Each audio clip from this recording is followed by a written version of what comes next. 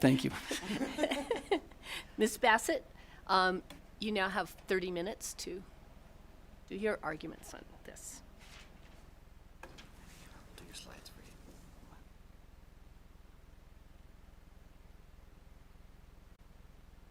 The ethics law requires that public officers disclose their private commitments that may affect the actions they take in their public positions in order to protect the public's right to know whether and how the decisions being made by those public officers are affected or influenced by their private relationships.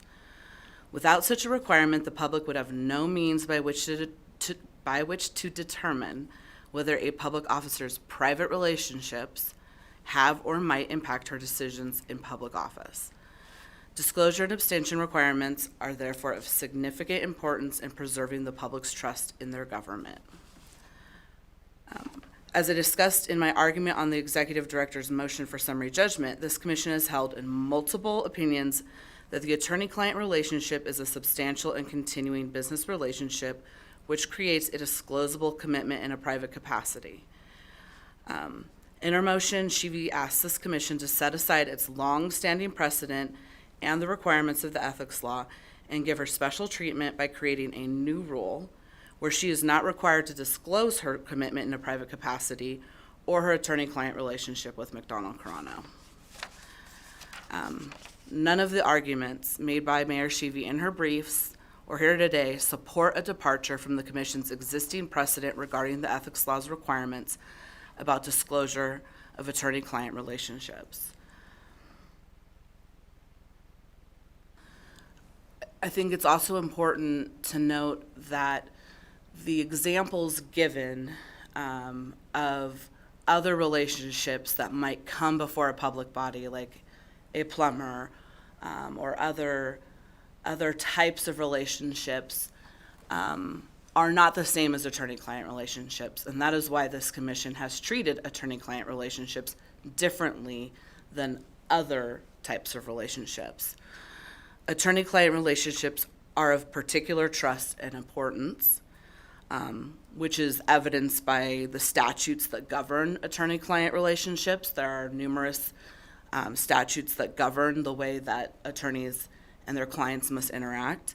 People engage law firms to assist them in matters that are significant to them, obtaining money, protecting their rights, resolving family issues. The type of relationship people have or the trust or significance that they put in those attorney-client relationships are not the same as a plumber they may call to their home or an electrician or Wells Fargo. The commission's precedent has recognized that the attorney-client relationship is of a different significance to people, including public officers, and has required, consequently, that those relationships be disclosed when a law firm appears before a public body.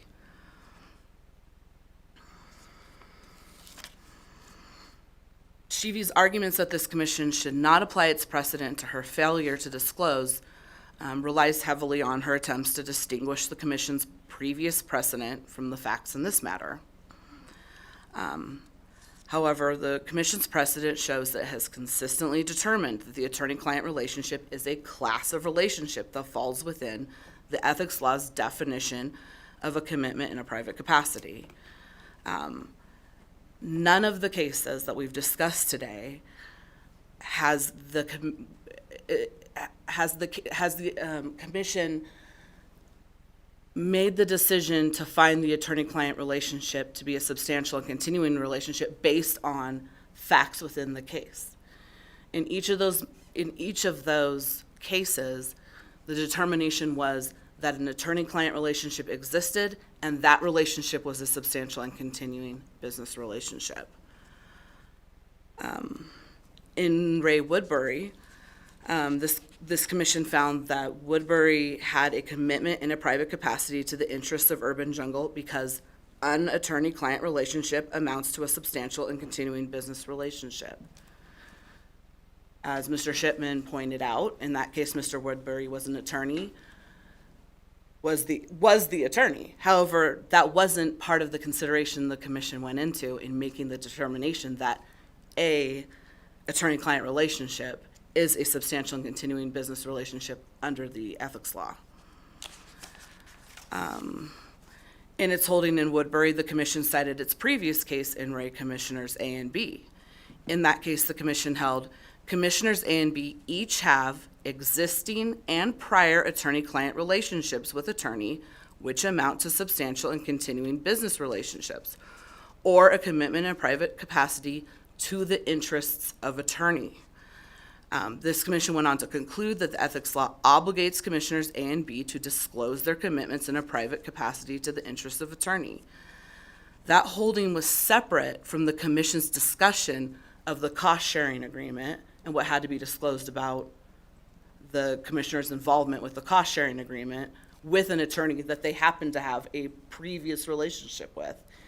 And the discussion of having to disclose that previous relationship was not related to the cost-sharing agreement.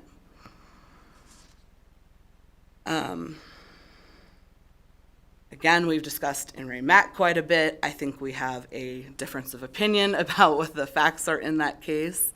But I do think it's important to note that there's been some discussion that Mack was working with the law firm on a business venture, but that is not correct. The case is very clear. He retained them to give him legal representation on a business venture. He was not partnering with them on a legal venture. They were his legal representation regarding a business venture he was involved in. That it wasn't a substantial and continuing business relationship with the law firm because they were jointly involved in some sort of business relationship. It was a substantial and continuing relationship because they were his attorney and they were in an attorney-client relationship.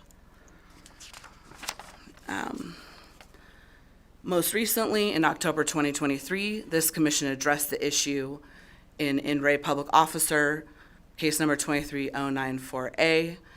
Again, as with its previous opinions in this issue, the commission found that it is the existence of the public officer's attorney-client relationship with the law firm that creates the disclosure requirement. Mr. Shipman brought up the timing issue, that this was a advisory opinion and that it came out after Ms. Sheevy's conduct in this matter. That may be relevant to willfulness, certainly. However, in Ray Public Officer did not announce a new rule that a public officer must disclose an attorney-client relationship. There are multiple earlier cases that we've discussed where that rule was already announced by this commission. So the timing of it has nothing to do with whether there was a violation. It may go to other issues, but certainly not whether there was a violation. So, I mean, as we've seen, the precedent is all clear. Attorney-client relationships are a type of relationship that falls within the definition of a commitment in a private capacity. Looking at the argument regarding statutory construction, I think it's an irrelevant issue because the commission has already interpreted the statute to apply to the attorney-client relationship. But even if we accepted the statutory construction put forth by Sheevy, her relationship with McDonald Corona would still be a substantial and continuing business relationship. She has associated with McDonald Corona by retaining them. She's involved in a commercial enterprise with them. She's retained them to perform work on her behalf. She is paying them for that work. The purpose of that work is for her to recover money damages along with other remedies. By her own definition, she's in a commercial relationship with McDonald Corona where they are doing work for money, and she intends to also recover money.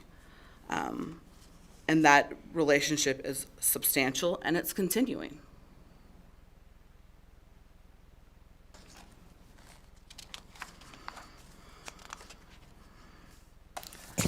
Another issue sort of briefly touched on is the issue of whether McDonald Crono had an interest in the agenda item that Ms. Sheevy would have had to disclose. The commission has determined that a law firm has an interest in a matter through its representation of a client in the matter before a public body.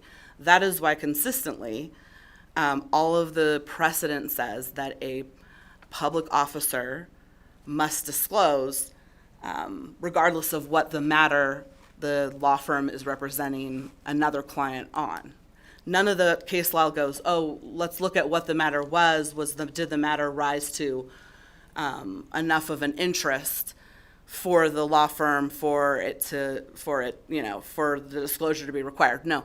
Every time a law firm represents a client before a public body where someone on that public body is also a client, the public officer has to make a disclosure because the law firm's interest in the item comes to them through the client they are representing. So McDonald Crono's interest in the February 22nd agenda item was based on its representation of Toll Brothers, and Toll Brothers clearly had an interest in the agenda item. Toll Brothers' interest in the agenda item was to have the city of Reno issue a bond that would allow them to avoid paying for infrastructure costs and selling their homes for lower prices. It is, if you want to look at another interest that McDonald Crono would have, obviously a law firm has an interest in successfully representing their clients before a public body. It's also an interest the law firm would have. Sheevy's motion also relies substantially on the fact that the attorney who appeared before the city council on behalf of Toll Brothers is not one of the attorneys that's listed on the complaint, filed on her behalf by McDonald Crono. As I said before, I believe that doesn't take into account how law firms function. You retain a law firm, not one particular lawyer in a law firm. Attorneys within a law firm work on many different matters. A client may never even know every attorney who works on their matter. It would not be odd that an attorney would work on both Ms. Sheevy's matter and a Toll Brothers matter. And this commission has held consistently in Ray Mack, and in Ray Romero, and in Ray Public Officer, the public officer must disclose and abstain and potentially abstain on all matters, regardless of what attorney from the law firm is appearing.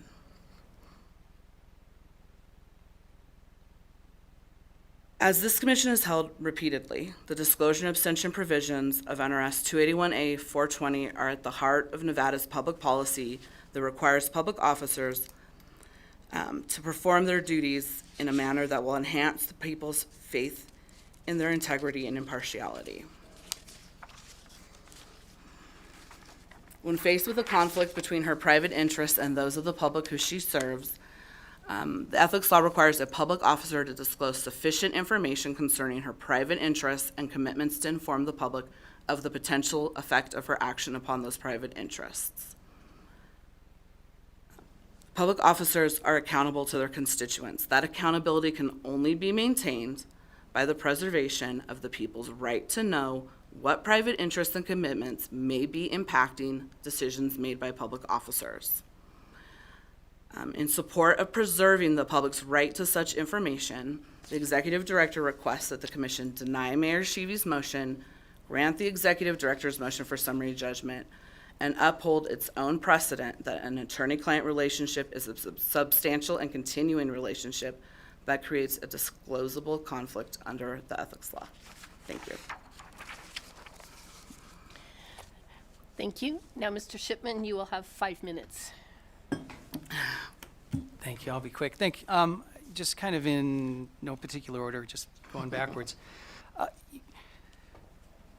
Yes, the public has to have a right to know. I mean, I violently agree that the public has a right to know. I think what we have here is a dispute over the legal analysis. That's what we're talking about here. And you get to the same thing either way. Either you have a pecuniary interest in what's going on at McDonald Crono or you don't. But to try to make it into, I mean, Mayor Woodbury in the 1640C decision, I mean, that's perfect. That's like, yes, he's the attorney. He's got duties to his client. He's got that type of thing. As a client, you don't have that. Client, you can shut the door tomorrow, get your case file, you're out the door, you're off to the next law firm. You don't have continuing obligations to that client after you've terminated that engagement. It's just not, I mean, other than paying them, but that's the whole point. That it's not that Sheevy's in business with McDonald Carano to make money. It's like Sheevy's paying McDonald Carano to do the litigation. They get paid either way. It's to characterize it as a commercial enterprise is not appropriate. So I take issue with that. I also take issue with a client may not even know who is working on his or her case. That's as an attorney, I would say I would want to make sure that my clients know exactly who's working on your case. Number two, if I'm a public officer, what it says is that I can tell that attorney I don't want anybody working on my case that's potentially going to get me into trouble with the Ethics Commission, which means that they should not have any representation of any client that's potentially going to show up in front of me. That's the point. The point is that that's not a non-transparency thing. It's trying to be, we're not saying that, oh, people shouldn't know or anything. It's like, no, people should know, but people should be allowed to protect themselves so that it's like, people can just go out there and file complaints willy-nilly now and, I don't know if they have if this client is actually represented by McDonald Carano, but I'm just going to file it anyway, and maybe they are. I mean, that's the type of, that's the problem. It's just a disagreement over what legal analysis applies. And it's so much cleaner, and it makes more and more sense for the pecuniary interest to be driving this whole thing. The issue with the bond, I just want to be, and I know I'm like running out of time, but the issue with the bond, no. That item was just to have a conversation and accepting a deposit from Toll Brothers so that the city didn't have to pay for that particular analysis. So that there was no bond issuance. And with that, I imagine I'm probably done, right? Is that, how much? I'm sorry. Oh, 2 minutes. Well, thank you. And again, Sheevy is paying McDonald Carano. That's stipulated, undisputed fact. They're not in a business relationship. The interest of McDonald Carano, if Sheevy was working for McDonald Carano, those would be spot on, and we'd be talking about that and cutting a deal because, yes, you can't do that. But she doesn't work for McDonald Carano. That's the point. The point is she doesn't, so they're not her interests. And she doesn't have to protect her interest. She's paying them. That's it. So with that, I'll submit. Thank you, Your Honor. Thank you very much, Mr. Shipman. Associate Counsel Bassett, let me turn this off so it doesn't ding while I'm talking. I don't have a time limit. All right, now I'm going to open it up for questions from my fellow commissioners or either council. So fellow commissioners, questions? Commissioner Scheer, I imagine you have a lot of questions. Please proceed. I have questions, but I'm willing to wait if others want to go. Let me start, first of all, I do think the facts of the other cases matter, so I want to dig into some of those facts a little bit. Mr. Shipman says, you say that Goodman and Mack were business partners. Associate Counsel Bassett disagrees with that. Where do you get that from? I get that from, and I want to say it's Commission Opinion 1215A. It's in the briefs, but it's like what the commission does is it looks at the character of the relationship, the nature, the scope, and the content of the engagement. So that was the case where there was an independent contractor, and the argument was, well, it's an independent contractor. They're not actually a business partner. They're not actually an associate. And the commission was very thoughtful and said, no. But you're working on the same team. You're going for the same thing, the profit at the end of the day. And that's the difference here. So if Mack is working with the attorney Goodman going for the profit, you've got something more akin to a relationship on like a board or on a company. And that's the nature scope argument. That's different from just a client who's paying. So hopefully that helps. Yeah, I guess from reading the Mack opinion, it appears the opinion recites there was no business relationship between at least Eric Goodman. Now, if the newspaper articles at the time say that there was a business relationship with Ross Goodman, Eric Goodman's brother. So I'm not sure that there was an actual relationship with Eric Goodman, a business partnership with Eric Goodman, or with the law firm itself.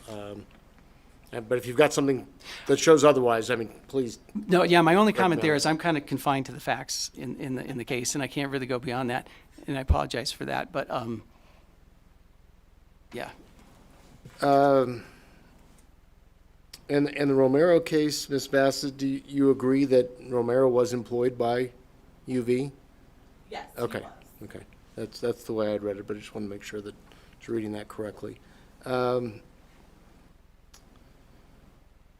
With regard to the statutory construction, so I guess I don't think there's any disagreement that there was a relationship, but Mr. Shipman, correct me if I'm wrong, there's a relationship. It's the difference between an attorney-client relationship and a client-attorney But relationship. there's a relationship. Yes, So yes. Um, It's the business. it was continuing? No, the business component. No, Where- I'm I'm sorry. Substantial and continuing business relationship. We got all four words, Yeah, right? yeah, So correct. relationship, yes. Continuing, yes? You Yes. agree with that? Yes, Okay, so we're debating over whether it was substantial and whether it was a business relationship. correct. Okay. Ms. Bassett, can you tell me why you think it was substantial and why you think it was a business relationship? Well, as I discussed, number one, I believe an attorney-client relationship is a substantial relationship. There may be a few factual outliers to that maybe could be argued, but I believe the vast majority of attorney-client relationships are substantial relationships, as I mentioned. You retain an attorney for significant reasons, for, obtaining money, protecting money, resolving family issues, protecting your rights. So I believe an attorney-client relationship is a substantial relationship in virtually all circumstances. I also believe this relationship, viewed on its own, is a substantial relationship. If you look at the matter on which Ms. Sheevy has retained McDonald Carano, look at the complaint, look at what she said about the complaint and the matter. It's obviously of very high importance to her, understandably so. She has made it clear that one of the big purposes of the litigation is to push back, to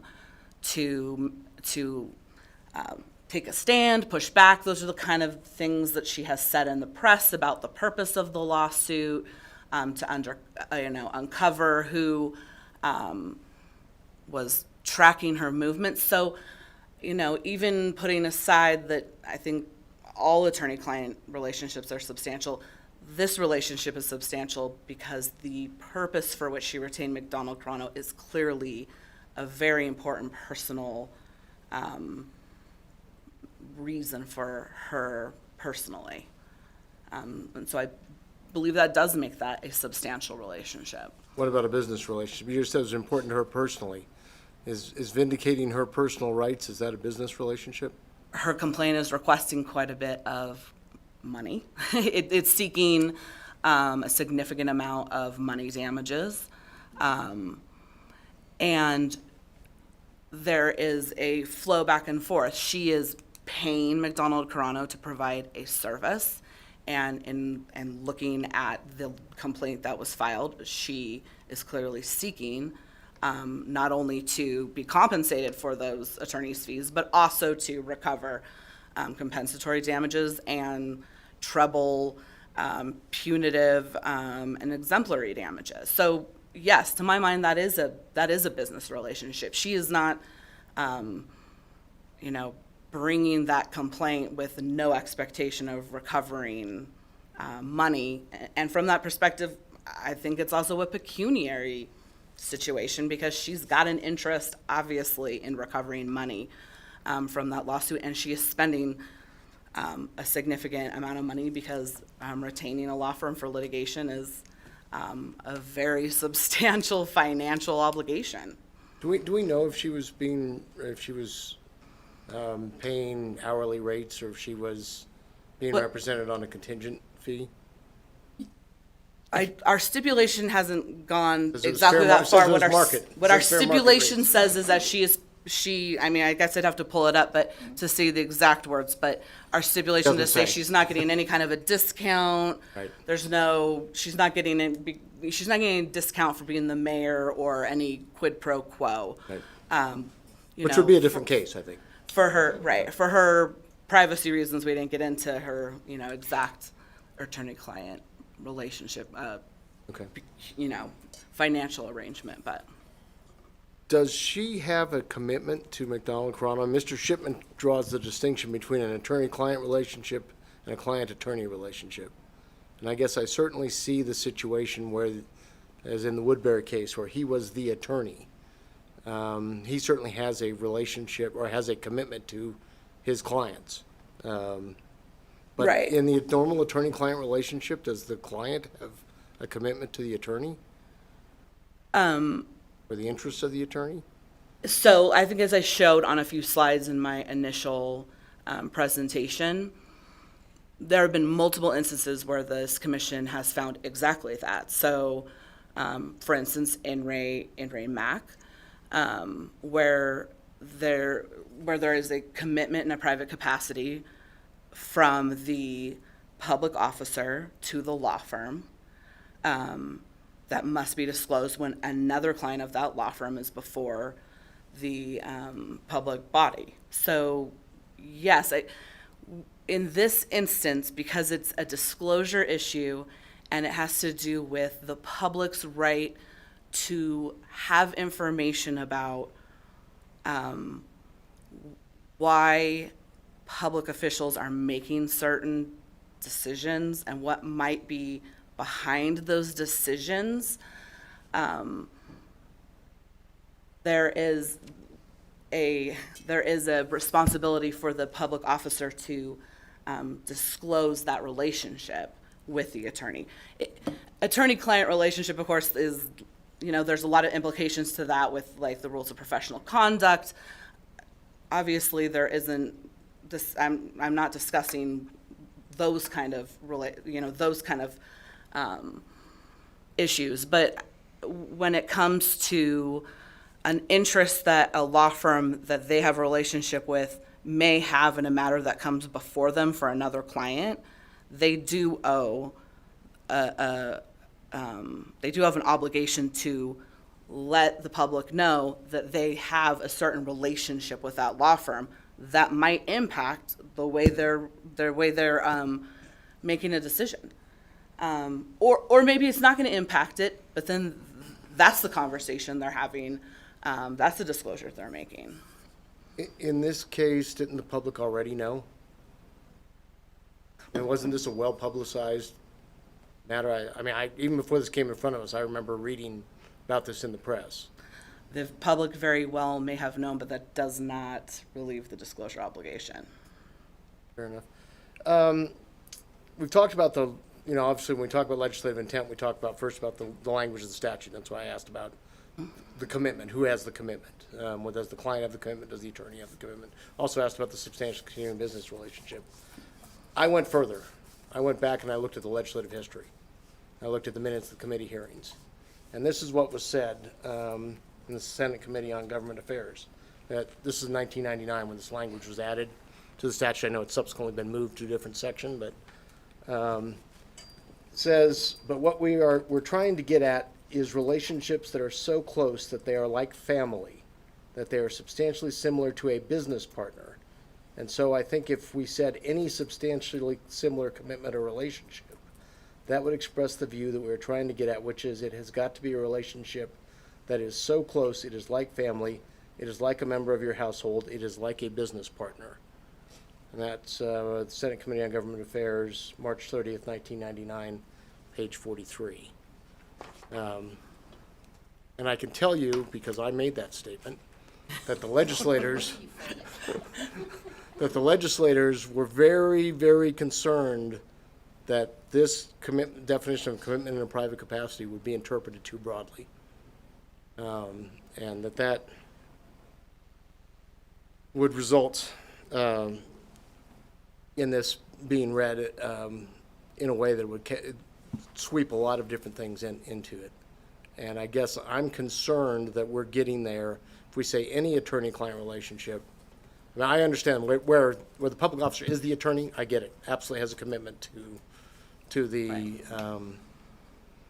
client under the rules of professional conduct and other common law rules that they have a relationship. But I don't know that I guess I am reluctant to say, based on my prior experience and what I view as the legislative intent, based on being grilled by the legislators as I sat in front of them, that every attorney-client relationship, that the client always has a commitment in a private capacity to their law firm. So I do think the facts matter in those particular cases. And that's why I'm trying to weigh how the facts of this case might fit into that. So I guess that's where I am. That I'm not sure that this actually is something that was required to be disclosed, even if I think that Mayor Sheevy would have been smarter to have disclosed it and avoided the issue altogether, because it was already public knowledge. This wasn't like, it might be a different situation if I had a relative that maybe had diminished capacity and I was seeking advice for a guardianship, and that was something that was a confidential matter that I didn't want to disclose. So maybe I might then lean on the kind of the splitting hairs, but I think when you get into a matter that's already been well publicly disclosed, it would have been probably the discretion would have been the better part of valor here to go ahead and disclose it. Let me understand, are you saying it would have been better for her to disclose it because it was already public, or it wasn't necessary to disclose because it was already public? I'm saying because it would have been better for her to disclose. Again, what I'm wrestling with is whether she was required to disclose it, whether this is a violation. Mm-hmm. I'm not sure that I agree that it was, and with all due respect to the prior precedent. But I still think she should have disclosed it because it was already well known. This wasn't something where she was going to be disclosing a family member, somebody else's private information by disclosing that relationship. If I can make one comment, Commissioner, is, of course it escapes me just as I think. I'm sorry. That's all I had, Madam Chair. I apologize. I apologize for taking so much time. No, you are fine. You're fine. There's only 4 of us. Yeah. So, and we have plenty of time. Has it come back to you? Okay, if it does, let me know. We'll let you speak. So, Ms. Bassett, Associate Counsel Bassett, do you have anything else to add there to that? The only thing I would add, Commissioner Scherer, in defense of my position, and in listening to the quote you read, is that there are there are 6 different categories of commitments in a private capacity. The 6th being kind of and any other one that's substantially similar, and a substantial commitment, a substantial and continuing business relationship. Other than substantial and continuing business relationship, a lot of the other relationships already encompass things like family. They already encompass, 3rd degree of consanguinity, employer. And so this particular portion of the statute has to be there for a reason. It has to encompass something, as we've discussed. And so it's meant to encompass some type of business, some type of relationship, substantial and continuing relationships. And as I have already argued ad nauseum, I would argue that an attorney-client relationship rises to that level that the public should have the opportunity to know about that relationship when a public officer is voting on something that affects that law firm, that is an interest of that law firm.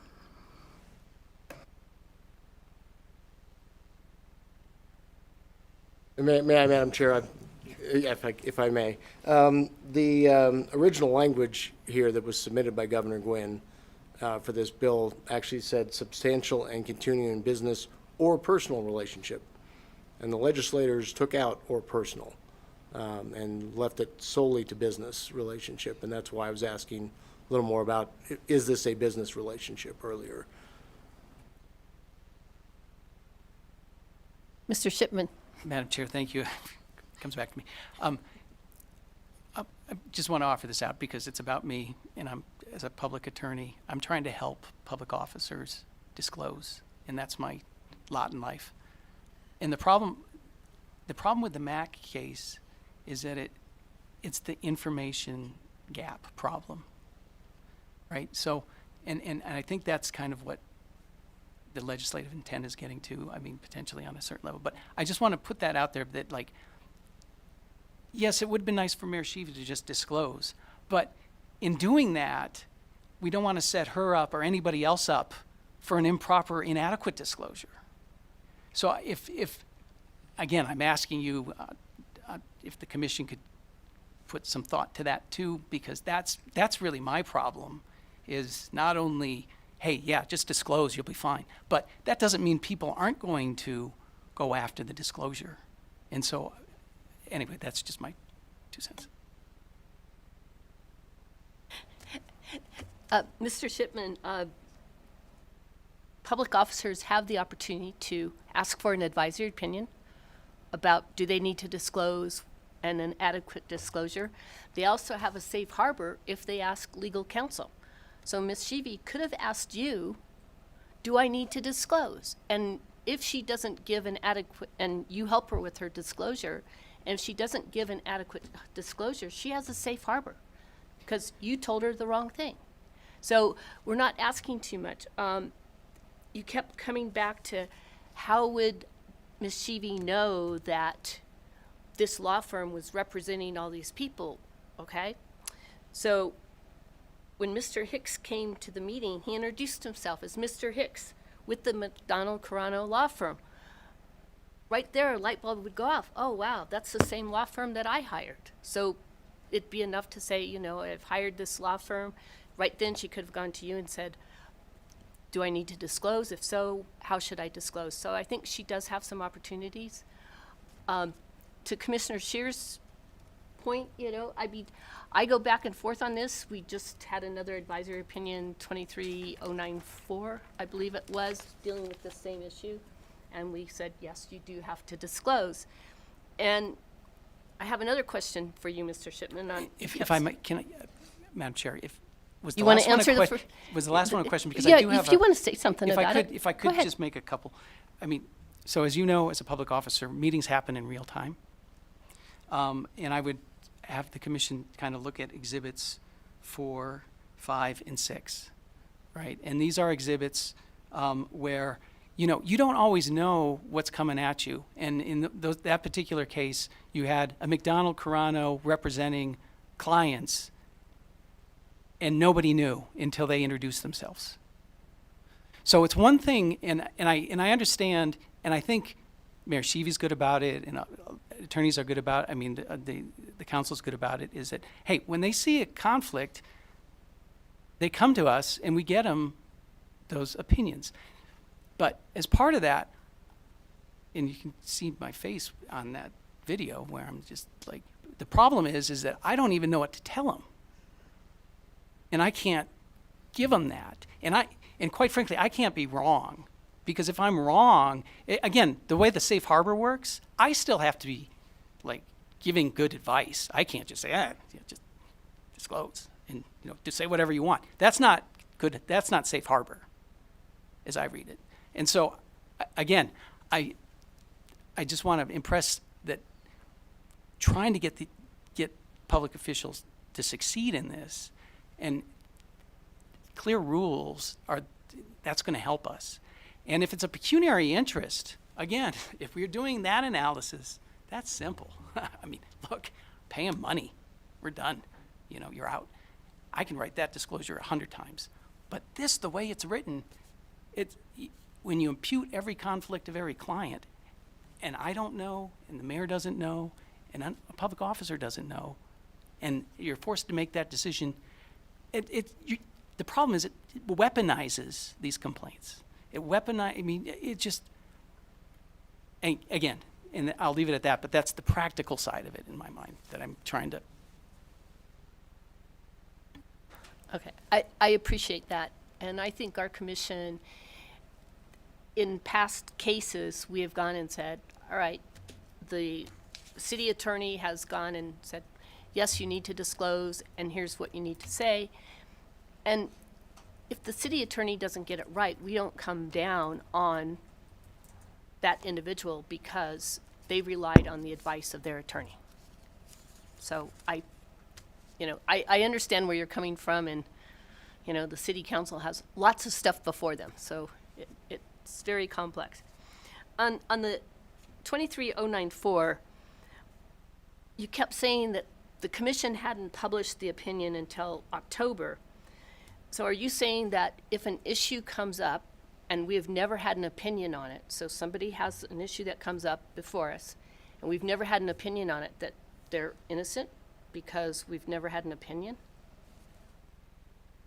Well, I think maybe it's more of a nuanced thing here. It's number one, I think this is happening again in real time, and I think where the commission is miles ahead of where the real world is in terms of what you know, what's in the hopper, what's come out, how it's coming out. So a lot of times, it wouldn't surprise me that, you're way down the street and, we decided this all a long time ago, and it's like, but it hasn't come out, and it hasn't been digested, and it hasn't gone. Now, so I think, when a law is not, or when a new opinion comes in, I think potentially, when you talk about things like immunity for if it's new law or if it's a new thing, and I think you see that, quite frankly, if this goes to willfulness, and we have to talk about that. If you look at all of these opinions going back, if it's new, you give them a pass.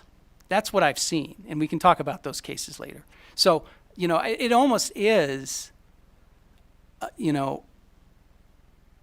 articulate the rule, and maybe that first person through the wall doesn't get pinched. Maybe the next person does, but in this case, because of the timing, that's not appropriate, in my opinion. Thank you for the clarification. Commissioner Olson, do you have any questions?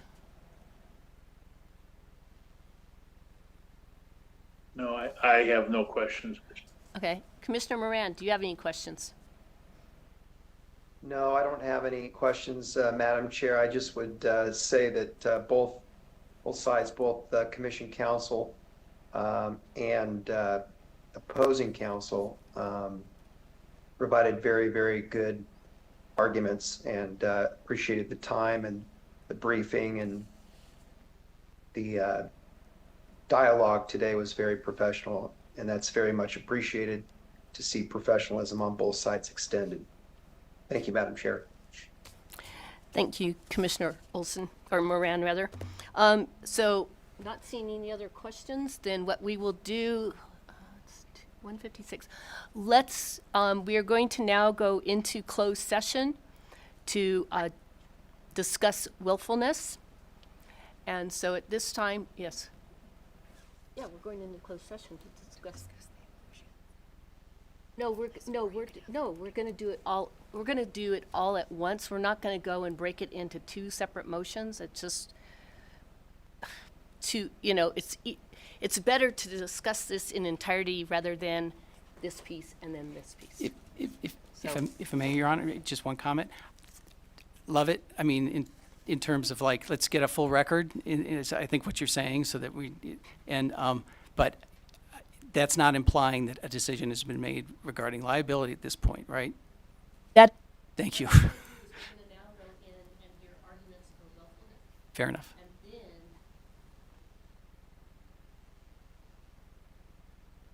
Without any of you present, and just our commission council present and the commissioners, and that's where we will deliberate and determine if there are violations, and if it's willful, and if there's any penalty. All right? So with that being said, let's meet in the closed session room by 2:10. Is that enough time for everyone? Okay. All right, thank you. And the commissioners that are on Zoom, they need to go into the, yeah.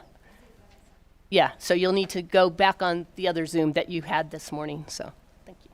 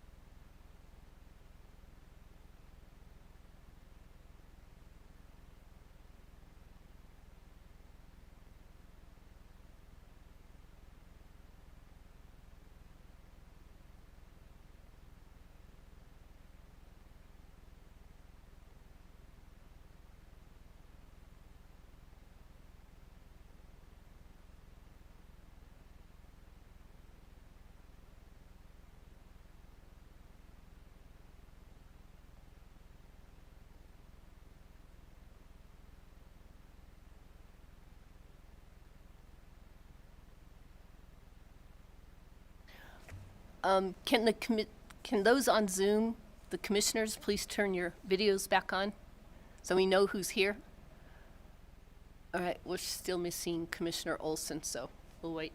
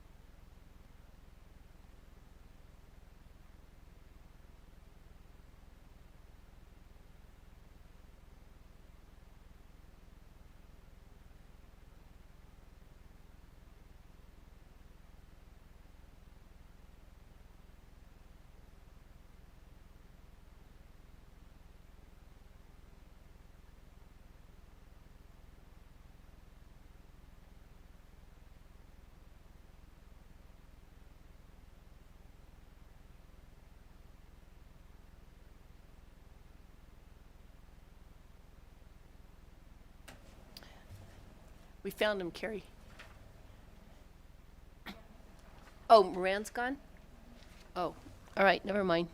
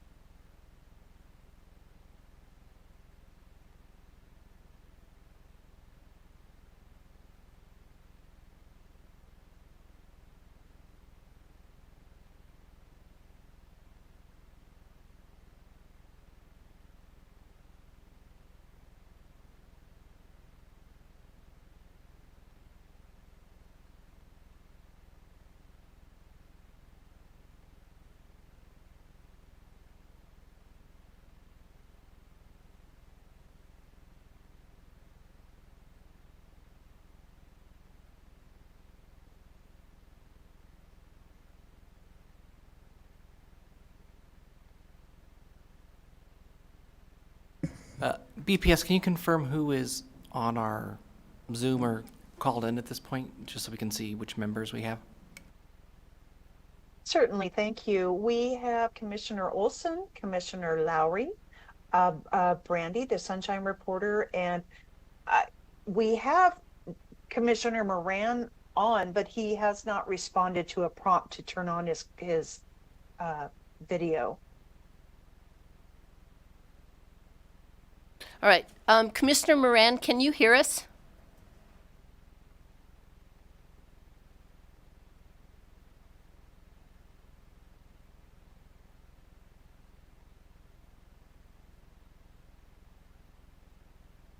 You second, I vote, yeah. But then it's one to, yeah, it's a different thing. Okay.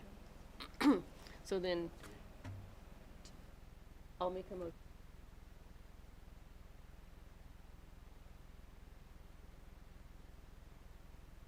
I mean, this thing is like, this is challenging. Oh my goodness gracious. My New Year's resolution was to be more patient. Can anybody hear me? Or am I like on a different planet? I gotta tell you. Commissioner Moran, yes, we Yes, can we hear can. you loud and clear. Wow. Thank you. I'm glad you guys didn't send search and rescue. You probably needed to. We were getting ready to. Next time you need to make another New Year's resolution is to show up Can't in hear you, person Chair. for hearings. All right? All right. We're going to go back into open session on item number 8, hearing on dispositive motions and ethics complaints case number 23-056C regarding Hillary Shee, Mayor of City of Reno, State of Nevada. At this time, I will make a motion. I'd like to make a motion granting summary judgment. The commission has reviewed the entire record for this matter and has considered the pending motions and arguments of counsel. I move to grant summary judgment in favor of the executive director in full, including violations of NRS 281A.4201 being willful and NRS 281A.4203 as non-willful. And the penalties are a letter of reprimand and training within 90 days of the commission determination. I further move to deny all other relief set forth in the motions filed by the parties. Counsel for the commission, and the commission is directed to prepare an order in coordination with the chair to reflect the determination of the commission, or counsel of the commission. Okay. You'll be working with me. So is there a second on that motion? Yes, Madam Chair, this is Commissioner Moran. I will second your motion as is. Thank you. All those in favor say aye. Aye. Aye. Opposed? Nay. Nay. All right. Motion failed. Commissioner Scheer. Madam Chair, I would make a motion that Commission Council prepare two opinions in this matter, reflecting the views of both the Chair and Commissioner Moran, and the views of myself and Commissioner Olson, and that those opinions strongly encourage Mayor Shee to seek ethics training in both opinions. All right. All those in favor say aye. Do we need a second for that Oh, motion? is there a second, please? I'll second that motion. All right. All those in favor say aye. Aye. Aye. Aye. Opposed? Motion carries. All right. No, Madam Chair, we're nays on this, and so But I can agree to that one. Yeah, I agree to that one. How did he vote? Yeah, how did you vote? Maybe I didn't hear you.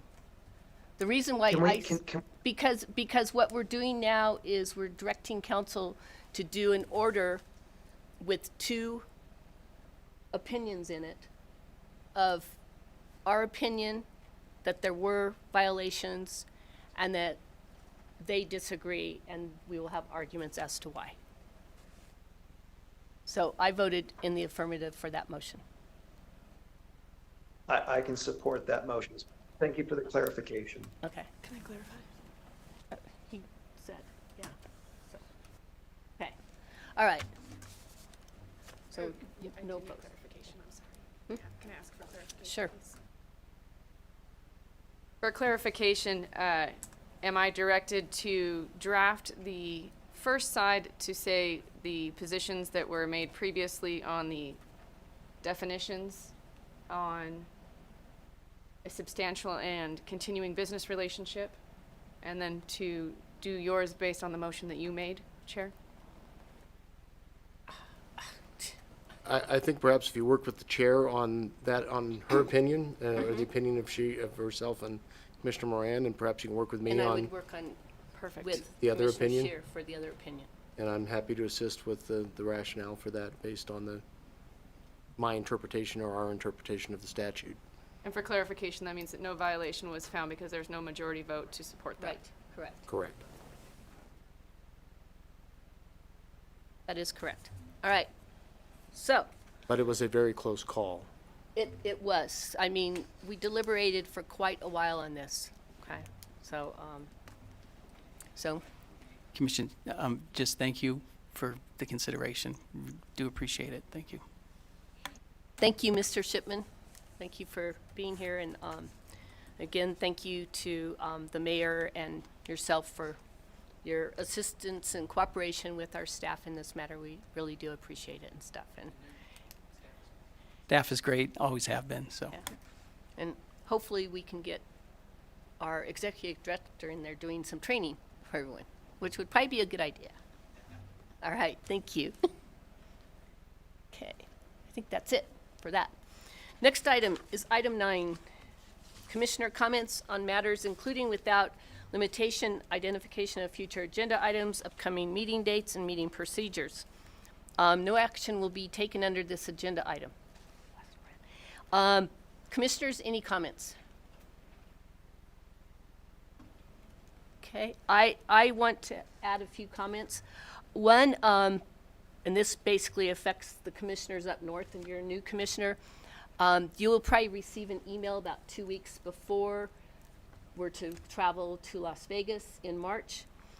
Please respond to that to let our executive assistant know if you're going to travel, because we need 2 weeks' notice just to go through all the paperwork at the state to do it, right? So yeah, so that's it. And then same for the Southern Commissioners. Whenever you want to travel up here, make sure you contact the executive assistant 2 weeks prior to when we're supposed to travel. Anything after that, you will not be able to travel up here, or travel, period, just because of the logistics of timing and stuff. And then again, we have new commissioners on here. Always make sure that you use your commission email, because if you use your personal email, that will be subject to public records requests. And if you're using your work email, I don't think you want to have public records requests with that. So please make sure that you use your commission email. I think it's very important. Right, I don't see any other commission comments? Oh, okay. Seeing none, all right. Public Oh, comment. Madam Chair, real quick. Yes, Sorry, I thought maybe my hand was held up. Anyway, I just, on the travel policy, can you help me understand this really, really quickly? What is our responsibilities in terms of timeframes? Meaning we have to get a request for approval prior to travel, and how many days do we need to get with our staff to help accommodate that? 14 days.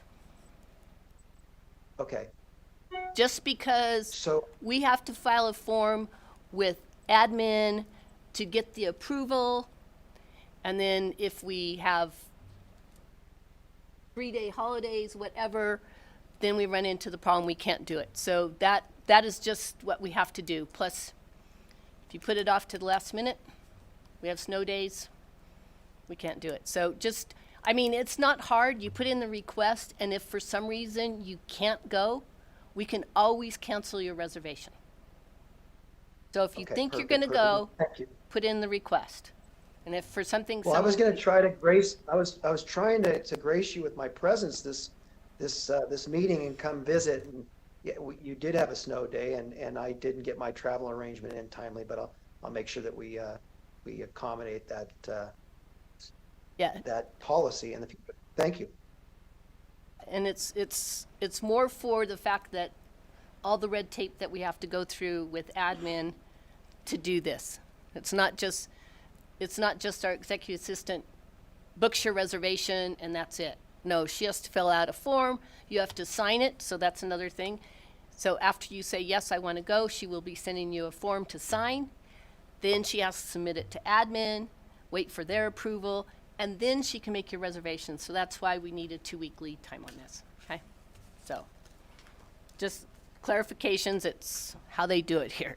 It's not like in the it's not like in private sector where I want to go, you go. So yeah. Next item is public comment. Executive Director Armstrong, have you received any public comment by email to be read into the record? We have not received any public comment during the meeting to be read into the record. Okay. BPS, are there any members of the public wishing to make public comment? The public line is open and working, but there are no callers at this time. Right.